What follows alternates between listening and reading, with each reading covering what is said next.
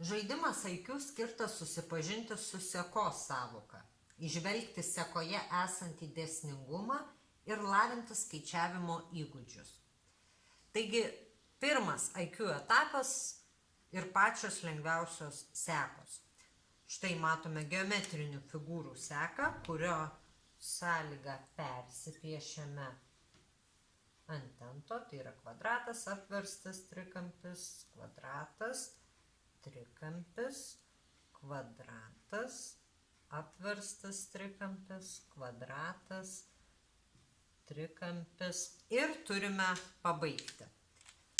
Tai atidžiai pasižiūrime į sąlygą ir pastebime dėsningumą, jog kvadratas, apverstas trikampis, kvadratas, todėl paskutiniai du bus kvadratas ir apverstas trikampis.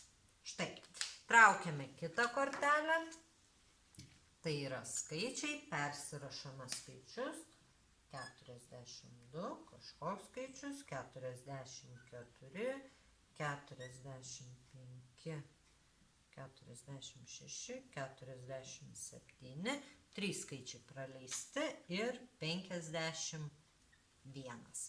Atidžiai pasižiūrime, pamatome, kad dėsningumas skaičiai didėja po 1 ir įrašome trūkstamus skaičius. 43, 48, 49, 50. Štai ir užpildėme antrą seką.